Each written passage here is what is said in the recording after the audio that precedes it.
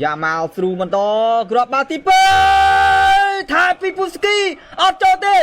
ទាញស្ដាំទាញអូយអត់ចូលទេបញ្ជូនចោះឡើងមកខាងលើដាច់អស់លីងឱកាសគ្រាប់បាល់ពីរៀលឈីងទប់មួយទី2សុទ្ធស្ដាំអូយមើលគេធ្វើចោះចូលមកខាងលើឲ្យ Ferran Torres លើកចូលមកអូយ Rashford ញីជើងចាំមកក៏ប៉ុន្តែទៅមិនផុតកាត់ចូលមកខាងក្នុងទៅរួចអត់យ៉ាស្ដាប់ចាប់ជាប់ទេចាប់ជាប់បាត់ពីអ្នកឆាមទីយ៉ាម៉ាល់ឆ្កឹះចូលណែស្លាប់ឆ្វេងឲ្យ Rashford អូយអត់ចូលទេ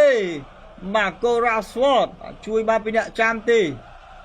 ទស្សនារូបភាពសាឡវិញបាទកន្លែងនេះមិនអស់សាយទេបាទការឆ្កឹះពីយ៉ាម៉ាល់ទម្លាក់មកឲ្យ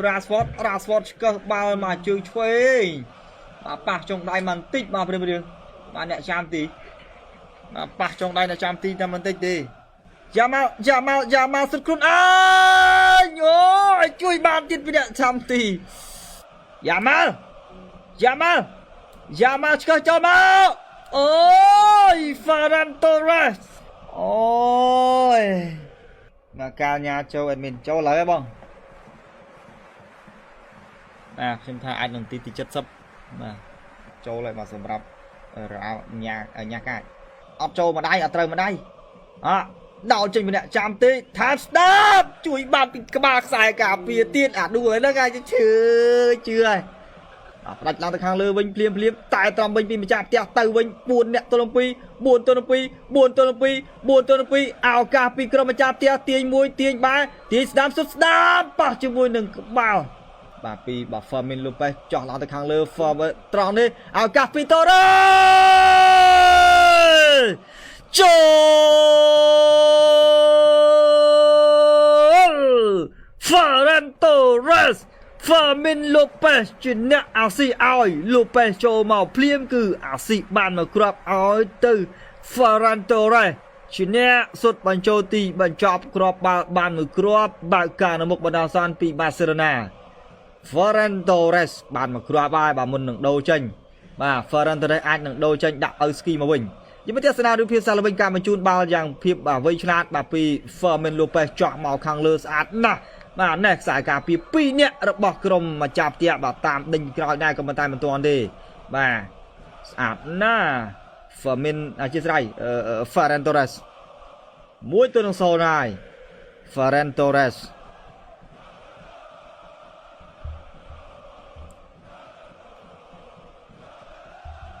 បាទទៅទៀតហើយពី Fermin អូយ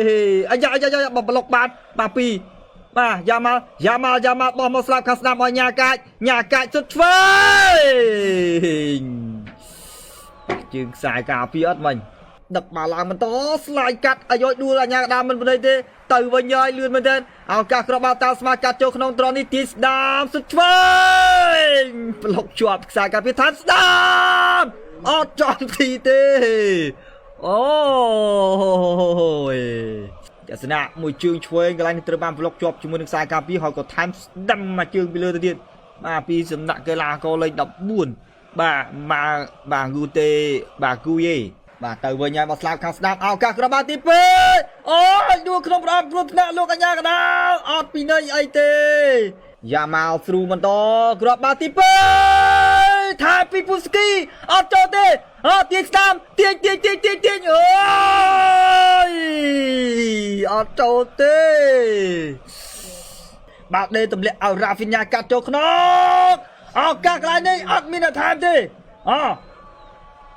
យ៉ាស្ដាប់មុខជាមួយនឹងខ្សែការពារតាក់ជើងមួយរំខានទៅវិញគាត់ជូលេសកុនដេអើយជូលេសកុនដេម្ដងនេះលែងបណ្ដៃហើយមួយស្មើផ្ទះ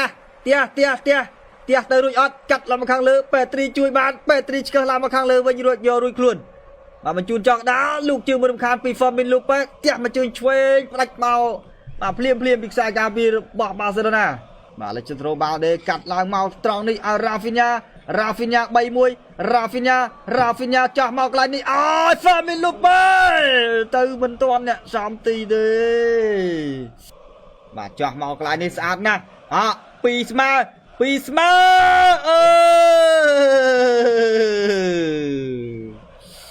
អូយសំដាងហើយអត់បោះ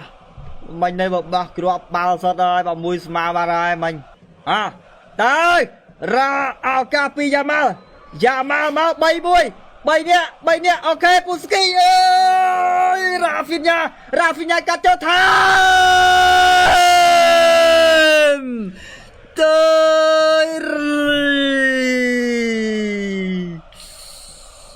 អូសាយទេ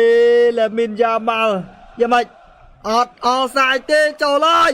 2-0គ្រាប់បាល់ទី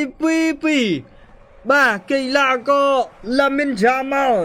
មួយគ្រាប់ដំបូងគឺកីឡាករ Ferran Torres ជាអ្នកសុទ្ធបញ្ចូលទីចូលហើយអាញាកណ្ដាលផ្លុងវិច័យបញ្ចប់ការប្រកួតតែម្ដងបងប្អូនយើងអបអរសាទរសម្រាប់ក្រុមបាសេឡូណាបាទទម្លាក់ក្រុមរៀលរ៉ាស៊ីងដោយលទ្ធផល2-0កក់ក្ដៅឡើងទៅកាន់វគ្គបន្តនៅក្នុងពានរង្វាន់ Copa del Rey នារាត្រីនេះ